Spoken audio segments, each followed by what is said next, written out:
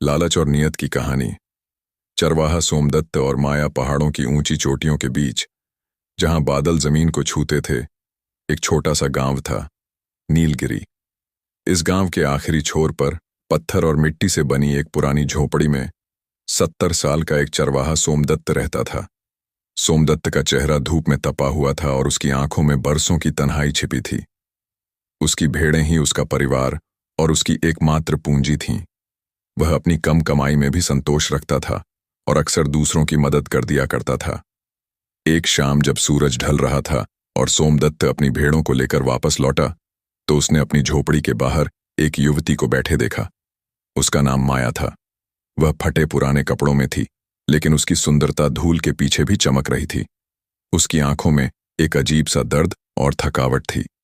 सोमदत्त ने रुककर पूछा, बेटी, तुम यहां इस वीराने में क्या कर रही हो? माया रुआंसी आवाज में बोली, काका सोमदत्त, मैं पास के गांव चंदनपुर से आई हूं। मेरे पिता का देहांत हो गया और भाई ने मुझे घर से निकाल दिया। मेरे पास बस ये कुछ भेड़ें बची हैं। सुना है आप नेक इंसान हैं। भगवान के लिए मुझे पनाह दे दीजिए। मैं अपनी भेड़ों का ध्यान खुद रखूंगी। बस मुझे सिर छुपाने की जगह दे दीजिए। सोमदत्त का दिल पसीज गया, लेकिन उसके मन के एक कोने में दबे पुराने अरमान जागने लगे।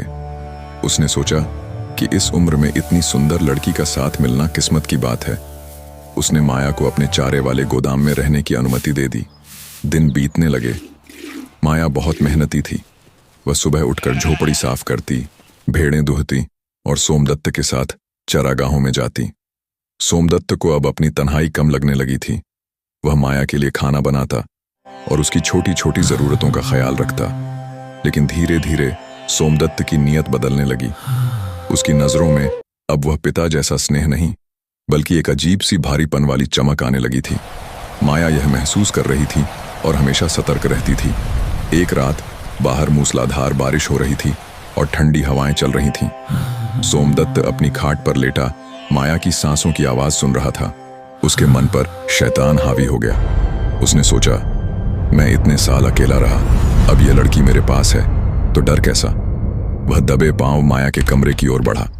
जैसे ही उसने दरवाजा खोला, बिजली कड़की और उसकी रोशनी सोमदत्त के चेहरे पर पड़ी। माया की आंख खुल गई। उसने सोमदत्त को अपनी ओर बढ़ते देखा और सहम कर चिल्लाई, काका, आप यहां क्या कर रहे हैं?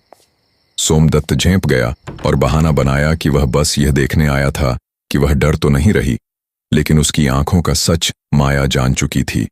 उस रात के बाद सोमदत्त और माया के बीच का भरोसा टूट गया। अगली शाम सोमदत्त ने पश्चाताप का नाटक किया और माया को खाने पर बुलाया। उसने कमरे को फूलों और मोमबत्तियों से सजाया था। उसी समय 2 शातिर चोर खिड़की से यह सब देख रहे थे। वे सोमदत्त की भेड़ें चुराने आए थे, लेकिन यह नजारा देख हैरान रह गए। चोरों ने देखा कि बूढ़ा सोमदत्त माया का हाथ पकड़कर उससे बातें कर रहा था। तभी सोमदत्त के कुत्तों ने चोरों की गंध सूंघ ली और भौंकने लगे। चोर वहां से भाग खड़े हुए, लेकिन उन्होंने सोमदत्त से बदला लेने की ठानी। अगले दिन माया ने अपनी भेड़ें बेचीं और रोते हुए सोमदत्त का घर छोड़ दिया, क्योंकि उसे वहां अब सुरक्षित महसूस नहीं हो रहा था। उधर चोरों ने गांव में सोमदत्त के चरित्र को लेकर झूठी बातें फैला दी। कुछ दिनों बाद वे चोर भेष बदलकर सोमदत्त के पास आए और खुद को शहर के बड़े व्यापारी बताया। उन्होंने सोमदत्त से कहा, हम आपकी भेड़ों पर एक फिल्म बनाना चाहते हैं। अपनी सारी भेड़ें इस ट्रक में डाल दीजिए, हम आपको टीवी पर दिखाएंगे।